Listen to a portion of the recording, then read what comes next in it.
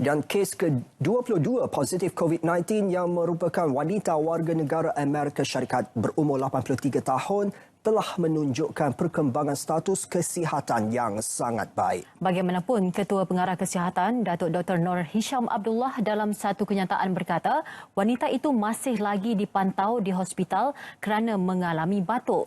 Jelas beliau, kes ke-22 itu disahkan positif COVID-19 pada 15 Februari lepas dan diberi rawatan antiviral. Setelah ujian lebih 72 jam diberikan rawatan, wanita tersebut menunjukkan perubahan kesihatan yang baik.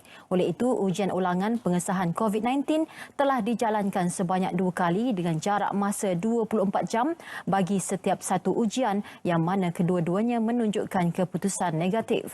Dapatan terkini kajian berkaitan COVID-19 menunjukkan hampir 80% pesakit COVID-19 merupakan pesakit yang mengalami gejala ringan dan tiada rawatan spesifik atau antiviral diperlukan. Ujian pengesahan COVID-19 ulangan akan dijalankan ke atas kesemua kes yang disahkan positif setelah pesakit menunjukkan perkembangan yang baik bagi gejala klinikal yang dialami.